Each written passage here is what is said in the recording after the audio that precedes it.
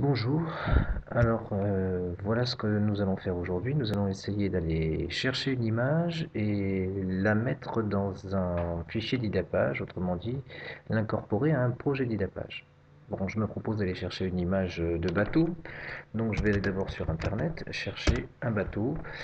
Comme c'est une image que je souhaite trouver, je vais aller dans Google et dans la partie images de Google. Bien, il y a un joli bateau qui m'intéresse bien ici. Je tombe sur un site de clipart et je vais donc rechercher mon bateau. Tiens, le voici, le voilà. Le voilà mon bateau. Donc je vais enregistrer ce bateau-là qui m'intéresse bien. Je clique à droite sur ce bateau et je fais enregistrer l'image sous. Là, il me propose d'aller l'enregistrer. Je vais l'enregistrer sur mon bureau dans un dossier qui s'appelle Images dans Didapage que j'ai créé préalablement. Voilà, je l'ai enregistré. Je pourrais y mettre un autre bateau, par exemple celui-là. Je vais l'enregistrer aussi dans le même dossier. Voilà, maintenant j'ai deux bateaux.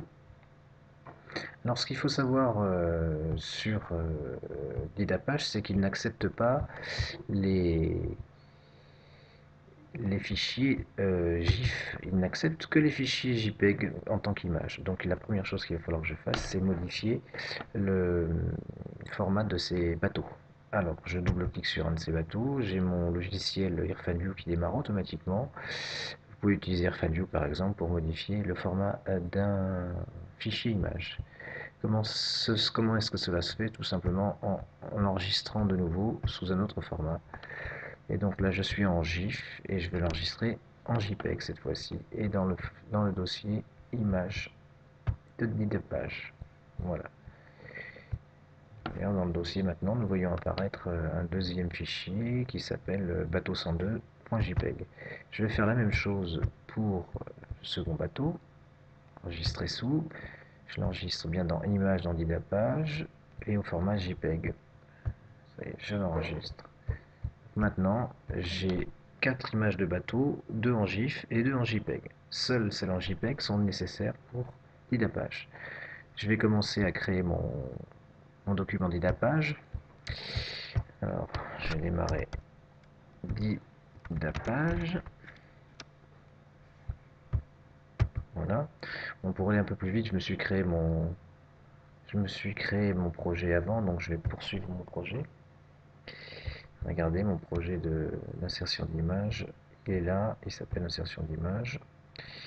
Voilà, je vais l'ouvrir. Et donc il n'a aucune image pour l'instant dans, dans le livre que j'ai généré. C'est-à-dire qu'il n'a qu'une page. Avant de pouvoir insérer les images, il est nécessaire d'aller dans le menu projet et d'insérer des médias dans le projet existant. On va aller chercher des images JPEG. Je sais que je les ai mis sur mon bureau dans le dossier spécifique qui s'appelle Images dans Didapage. Et je ne vois pas apparaître 4 fichiers, mais bien 2 seulement, puisqu'il n'accepte que les fichiers en JPEG. Donc je vais prendre celui-là et je vais l'importer. Voilà, je vais en importer un second, le deuxième, le deuxième bateau. Je vais l'importer aussi. Donc maintenant, dans mon projet, j'ai deux images importées qui sont les deux images de bateau. Je vais les mettre sur ma page. Pour les mettre sur ma page, il faut d'abord déjà que j'édite ma page et que je choisisse un élément, par exemple une image JPEG. Afin de voir apparaître les images JPEG disponibles, il faut que je clique sur la clé. Et sur la clé, j'ai ici l'option fichier. Dans l'option fichier, je vois, tiens, j'ai 3 bateaux. J'en avais déjà inséré un, donc je vais aller chercher un des bateaux que j'ai inséré tout à l'heure. Et je peux même le redimensionner et le déplacer en cliquant sur le numéro. Je souhaite mettre une deuxième image, eh bien je vais sur la deuxième occurrence, je dis que je veux toujours une image JPEG, je fais la clé, je vais sur le type de fichier, je vais prendre le 114 que j'ai inséré tout à l'heure, et là on le voit, ah non, c'est pas le 114 que j'avais inséré tout à l'heure, on voit un des bateaux que j'avais inséré bien avant. Tiens, je vais en faire donc un troisième, je vais prendre une troisième image, je vais sur la clé et je vais choisir sur la petite croix le 102. Ok, et là on va voir apparaître donc ma caravelle de départ. Voilà, je vais pouvoir évidemment introduire des textes, etc. de la même façon.